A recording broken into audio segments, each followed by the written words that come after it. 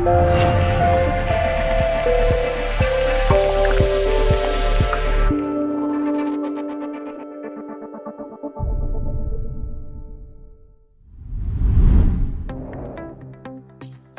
there and welcome to this video tutorial from SolaX Power.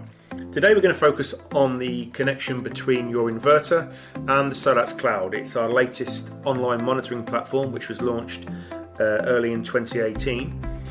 The first thing you need to do obviously is to plug the device into the inverter, which you can see demonstrated here.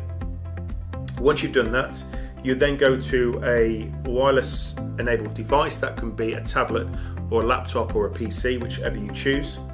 The first thing you need to do, once you have opened up a browser window there, is go to your available list of Wi-Fi networks, and you'll see one there that is prefixed SolaX with a number that follows it. That's the device number. So you connect to that, and you can see there that it's connected. You then need to enter an IP address. This is a standard IP address. It applies to all of our devices, which is 5.8.8.8. It will prompt you for a username and password. It is admin in lowercase in both instances. Okay, once you've signed in, you'll go to this standard landing page here.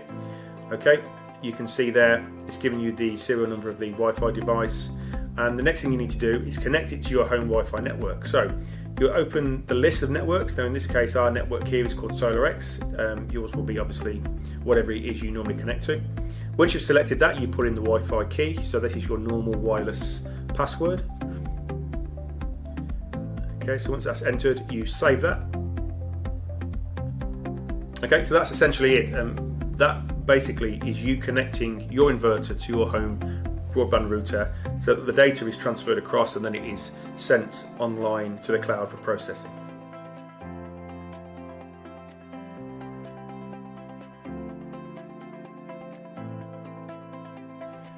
Okay, so now we're going to move on to stage 2.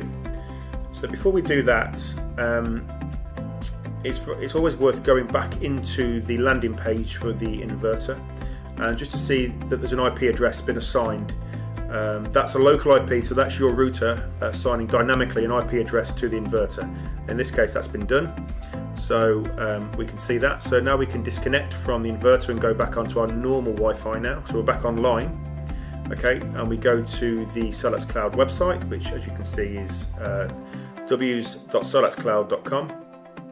I'm going to click sign up. Okay, so here I'm just setting up a test site here, so I'll just put in some generic entries here. The important thing is the registration number. So that's the number that you will note is shown at the end of the SSID for the inverter. So we saw it earlier where it's, in fact we'll just show you now. You've got SolaX and then there's a number that follows it. That's your registration number. So I'll just complete these fields here with test entries. Okay, so you can set your country here. I'm in the UK, so obviously I'll set it to United Kingdom.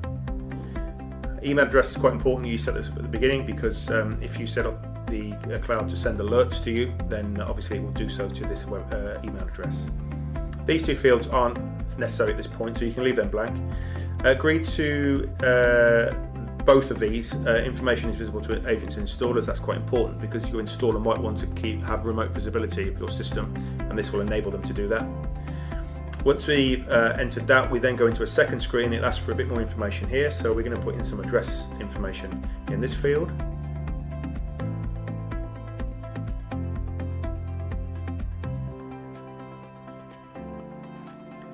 Okay, the time zone, obviously just scroll through the list until you get to the correct time zone. We're obviously going to set it here to UTC 0, which is time zone for London. And again, just enter your country name here.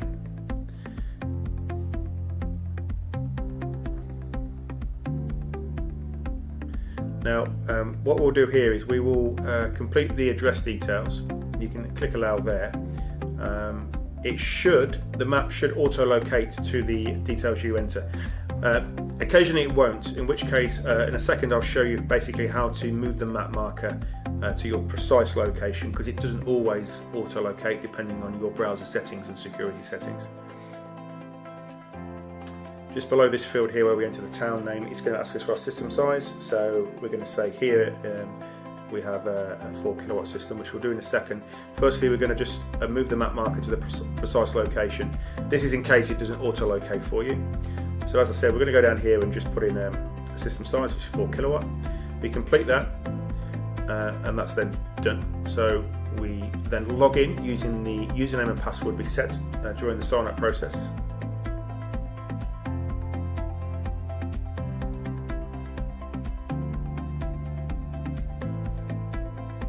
Okay, so make sure end user is selected, it is by default. That then takes us into our account. The moment you can see that there's nothing coming through, this is because it can take 5 to 10 minutes after doing the setup process for it to actually come through. It's actually come through now. Clicked on inverters there, clicked on the serial number of the inverter. So here you can see the landing page with the summary data. The site that I've set up here is a test site based on some of our test units that we've got installed in our offices here. So it won't mimic exactly what you would see with a normal installation. You can see here, look, you've got one site on this account. If you had more than one inverter, you could add this in on this screen. So you go to sites, click on the plus symbol, and then add the registration number for your second device. So you've got 2 inverters on site, you can add them both into the same account and view the data together.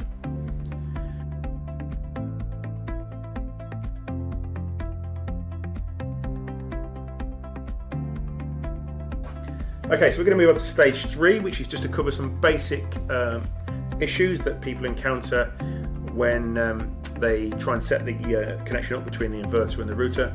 So some basic troubleshooting really. There's a few things that you might need to be mindful of.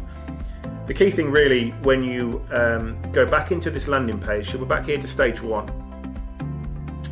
Once you've actually entered the SSID of your home router by going to the Find AP link and selecting your home network and putting in the password, if you then go back into that screen after you've done that, you're looking for an IP address. Now in this case here you can see that there's an IP address, a local IP address, which means that the inverter is connected to the home router.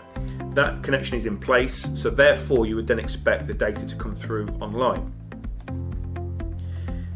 If you don't see a number appear there, then there isn't a connection. So what you need to do there is just check a couple of things. In some cases you will get a Wi-Fi signal broadcast on 2 different frequencies, 2.5 gigahertz and 5. Now in most domestic setups, those 2 frequencies will be broadcast under the same network name or SSID. So you only need to select your network name and put your password in as normal. On some routers, it'll actually broadcast the 2 different frequencies on 2 different SSIDs.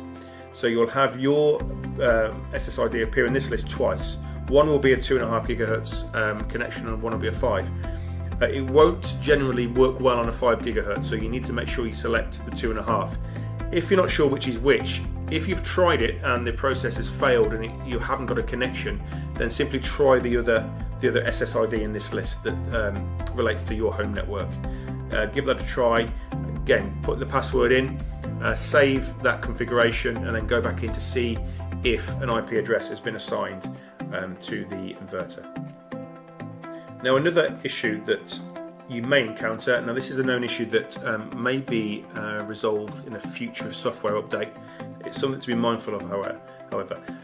The SSID, and now if you look at this one here, now this is a network name for a business adjacent to us, so it's nothing to do with us, but you'll see here that the network name has a space. So where it has 2020, there's then a space and then the word series. We have found that networks that contain a space in the SSID sometimes have difficulties connecting. You will see why in a second. If I select this network now, okay, it's actually substituted the space for a % symbol and the number 20. So what we're going to do literally is delete that and effectively manually enter the SSID name in this field. Okay, so we'll put the space back in. We'll then enter the password for the network and save, and we should find that it will then work. So this issue of spaces in the network name is a known issue. It may be fixed in a future rollout, but just be mindful that early versions of the dongle you may encounter this particular issue. Okay, so those two things I've covered there, the SSID name and the potential for your router to be broadcasting on two different frequencies, ensuring that you select the correct one. Those are the two main issues that are encountered at this point in the process. If you've gone through this setup process and you've found your network name, entered the password, but no matter how many times you do that, you still don't get assigned an IP address, it's worth calling your local SolaX office for further advice.